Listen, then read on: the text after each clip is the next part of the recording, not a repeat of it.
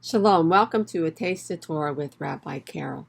Today's parsha, or this week's parsha, is entitled VaYishlach, and it's from the first verse, which is where Yaakov sent. Yishlach means he sent messengers ahead of him to meet his brother Esau.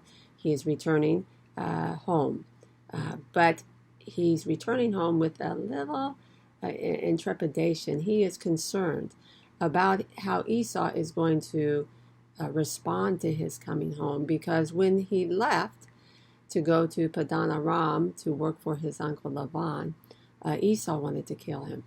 So he sends messengers ahead with very specific things to say to his brother, and then he divides his family into groups, and then he prays to God. And he's saying, God, I'm afraid of Esau. I'm afraid he's going to come and attack me and have no regard for my little ones or for my wives. And God, he reminds God the promise he made. He says in verse 12 or 13, depending on if you're reading the Hebrew or English, he says, you said, I will certainly do you good and make your descendants as numerous as the grains of the sand by the sea, which are so many they can't be counted. And that's actually the last verse of the first Aliyah, which is what we're looking at this year. So, Yaakov, what should he do here? Well, he did the best thing he could do. One, he seeks to appease what might still remain of his brother's anger. And the second thing is he calls out to God. And he calls on God to remember his promise that he made.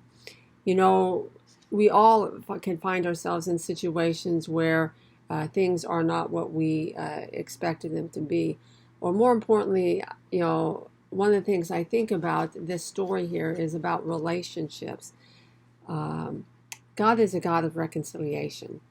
He reconciled us to himself through the Messiah Yeshua, who gave his life on the tree of sacrifice to make atonement for our sins. And for those of us who have followed Yeshua, he has called us to be agents of reconciliation. And God is very interested in people getting along.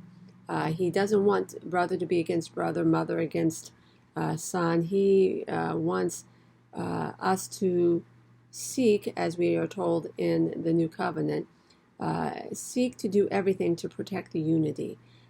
And so we know this story. If you continue to read in Bereshit 32 and on to the next few chapters, you see that Esau warmly welcomes his brother, and they are reconciled.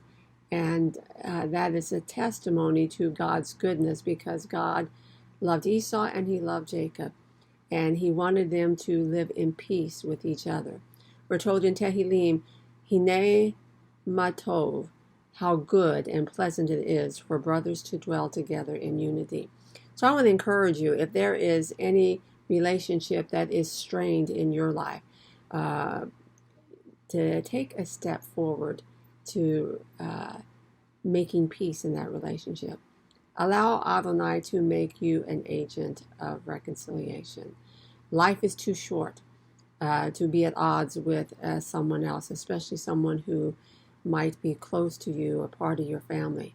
So in this week, as you contemplate the Parsha VaYishlach and you read through the story, I want you to think about that person that you need to make a phone call to, or write a letter to, send an email, and say, hey, I love you, and let's take care of these issues, and let's live in peace with each other. So God bless you. If you're here on Long Island, I hope to see you at Beth Emanuel this weekend. Our services start at 11 o'clock.